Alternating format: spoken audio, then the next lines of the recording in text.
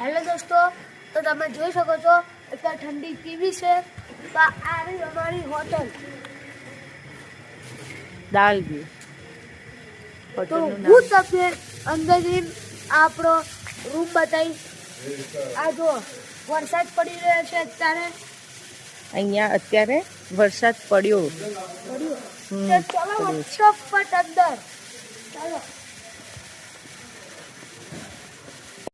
તો તમે અંદર જોઈ લો. આ જો આ બધું